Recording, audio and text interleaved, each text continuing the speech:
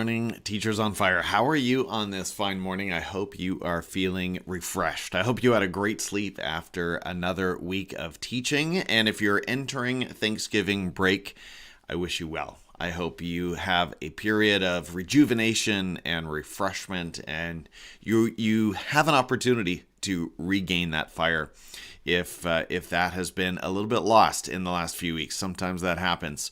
Well, I am here to recapture and review the top posts of the week from Education X. So let's jump right into it, shall we? I've got a post here from Tierney Kennedy, and I'm going to fire up the lo-fi music here.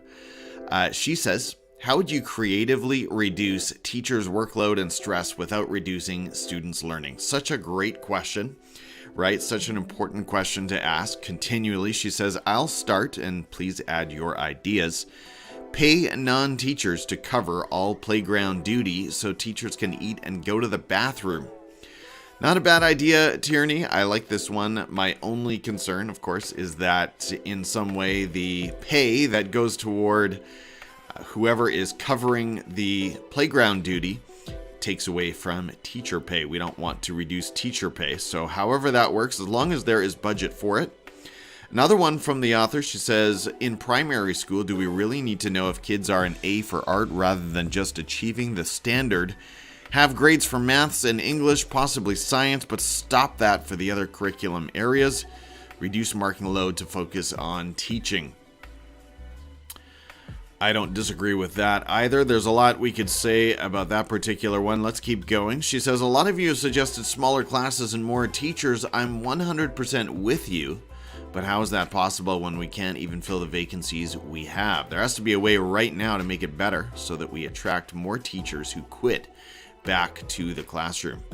Alice Keeler pops in here to say, it's so crazy the lack of time to just take a breath and go to the bathroom teachers have.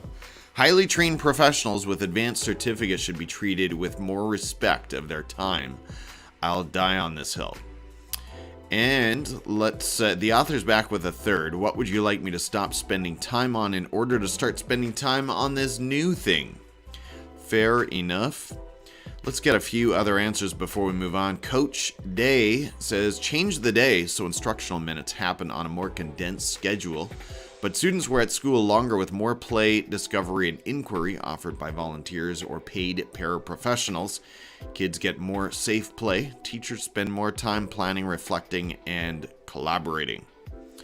The Lasso Way, that's an interesting name, says half-day Thursdays, where students have interest-based enrichment classes or structured play, and teachers get a block of planning. Not bad.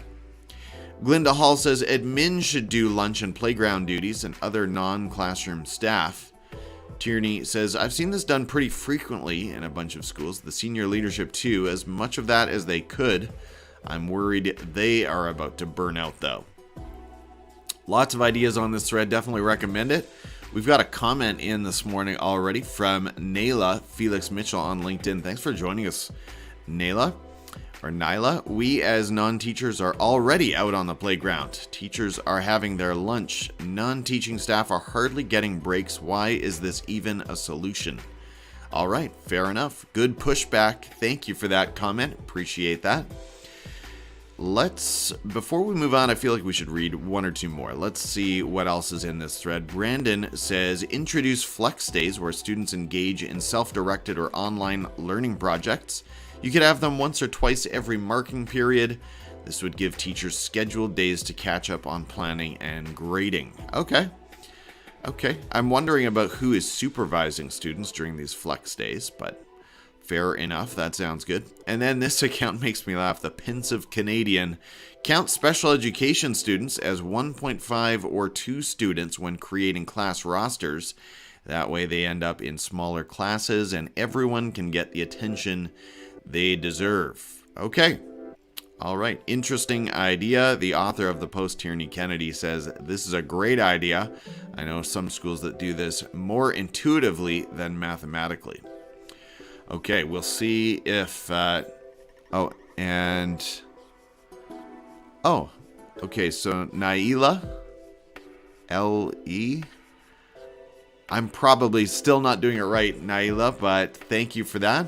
We'll have to talk off air sometime, or maybe have you on the show. How about that? If you are an active educator, would love to speak with you. And that's my interview show coming up on the podcast in 25 minutes. Moving on in the conversation around the top posts on Education X this year, Dr. Matt Rhoads says, 5 years ago, I was against phone bans in K-12. Fast forward to 2023, I am for every single K-12 school to ban phones. I like it. So, yes, he's done an about face. Friends, I have as well. I'm right there as well. Let me see if I can change the view on this.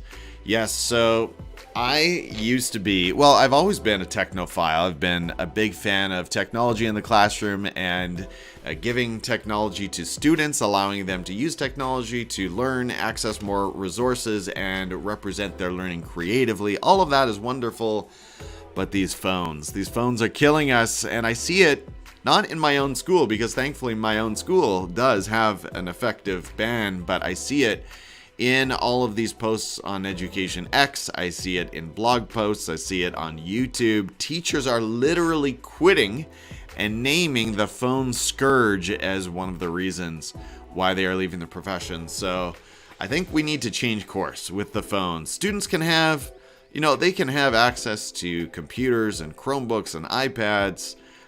In different ways, those devices serve the student better, I think. But these phones, we've got to get them out of the schools. I'm curious to see responses. Let's look at this first one. Jamie Sunshine says, other than just saying we don't allow phones, how does a school enforce this policy with parents? Asking as a teacher who agrees with this policy but is uncertain how to move forward. And yes, Dr. Matt Rhoads just says, takes a community effort. Let's move on, but I think that is a big one that is going to continue to come up in the conversation. Roy Smith at English__Roy. There we go. One of the first guests on the Teachers on Fire podcast. So quite a legend. I know he is a cancer survivor and such a thought-provoking educator. Says we need to make space for students to write without the fear of a grade. Not everything needs a grade. Not everything needs a grade. Amen to that. Marcus Luther is here. And I want to back up actually and go to this post. Here we go. He says, I believe that Let's try that again. He says that I believe that every teacher should have multiple systems in their classroom for affirming or celebrating students outside of their traditional grades and feedback. Keyword systems. Yes, plural, as in something you can do regularly and hold yourself accountable to. So here are 3 systems, he says, that I use regularly. Anonymous peer nominations for wall signing. I like that because it puts it on the students and they are celebrating each other's work. I have questions about how they are seeing each other's work, but let's keep going. Bragging on cool student sentences. See pics and a tracker for student strengths for family brags. A lot, yes, but at the start of the year, it's a lot not once you get rolling with them. So he says it gets easier with time. This looks like the top quotes, bragging on cool student sentences. This one right over here, and over here, maybe some of the same, I'm not sure. But at any rate, some great ideas. Really like these 3 ideas, and anything we can offload to students to have them celebrating their peers, I think is a big win for class culture and climate and teacher sustainability, teacher energy as well. Che Cheney is here and just checking in with the comments. We've got another one from Naila. She says, I agree with smaller class sizes, especially when we have a great number of special needs students joining our classes. I also believe with the needs of students in general, there should be an additional adult in the classroom to help students with their learning. Absolutely, and we're calling those, in my context at least, we're sort of making a distinction between EAs, the educational assistants, or often they're called paraprofessionals, and CAs, classroom assistants. And so the idea would be, in very broad, simple terms, we would say that educational assistants generally would have more training, specialization. classroom assistants, just simply having a helpful adult in the room who has their own set of intuitive experience skills to support the learning of students and support the teacher's instruction just makes so much sense. So again, it all requires more funding. It all comes back to money. But if we can get more people into the classroom, I think that is a win for teachers and for students, of course. Thank you so much for joining us today, Naila, on LinkedIn. Tyler Rablin is here.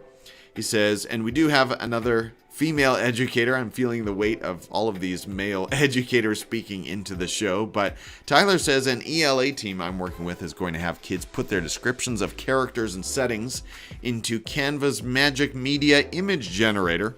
And if the images don't turn out like they hope, they're going to add more detail to their story. I'm excited to see how it goes. I have played with Canva's AI image generator. It is very fun. Highly recommend it. Students love it. And I love this idea. I just think what a great application of the AI image generator, especially at sort of a middle or elementary grades level when students are working on setting and character and all of the components of a great story. Why not send them into Canva's AI image generator? Or, you know, in Canva, everything AI is magic, right? So magic media image generator. If you haven't checked it out, give it a whirl. It doesn't work quickly enough for me to really use it on the show, but perhaps I will. Perhaps we'll take a look at that on the show some week. And then finally, Stacey Roshan at BuddyXO, another Canva tip. She says, how did nobody tell me that Canva now has a built-in equation editor? You can find equations beta under Canva apps. So this, I'm not even teaching math right now, friends, but this looks very, very helpful.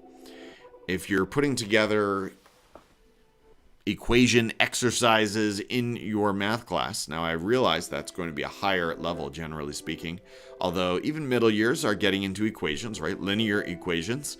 Looks like a great generator, and you're, of course, using the resizing tools. You could match sizes, you could copy and modify, you could arrange them around the screen however you wanted to, you could create exercises, you could create something here and then put it onto Seesaw. There's so many great options for you. So again, from Stacey Roshan, a built-in equations editor. You'll find it under Canva apps at Equations Beta. Thank you so much for that, Stacey. Friends, that brings us to the end of today's show. I hope you are active on Education X. I hope you are getting into the conversations and plugging into the great value that so many educators, so many teachers on fire are sharing each week. And I hope you are, as I say, engaging, responding, making, I'm trying not to say Twitter, making X a place where there are actually two-way conversations, three-way, four-way, 2,000-way conversations going on, and we're all learning from one another.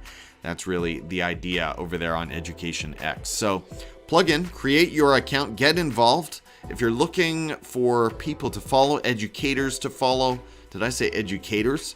Educators to follow. Check out who I'm following on my profile at Teachers on Fire, and let's get going. Let's get started. Let's get those conversations on fire and ready to recharge educators around the world. A Facebook user is here to say, hi Tim, great quality video and content. Well, thank you, anonymous user. If you're not signed into Facebook or given them permission, unfortunately, I can't see your name just yet, but thank you for that. And Naila says, I'm frustrated with the lack of teachers implementing strategies in the classrooms. All right, well, sounds like we have things to talk about, Naila. So let's get you on the podcast. Would you send me a DM and we will make that happen? I'll send you a guest intake form. And friend, if you're catching this on the replay or on the podcast, the same goes for you. If you've got a message for educators, particularly if you are actively engaged in the classroom or near the classroom, I would love to speak with you and get that on the show, get that on the Teachers on Fire podcast. And friends, we're going to leave it there. I'm going live again in 12 minutes with this week's guest on the podcast, Jason Kennedy. His motto is a little controversial. He says, let's quit teaching and start designing learning. So join us soon to hear more about that. I'm going to leave it there for this week on the top posts from Education X. Take care and keep your own fire for learning burning bright. Bye-bye.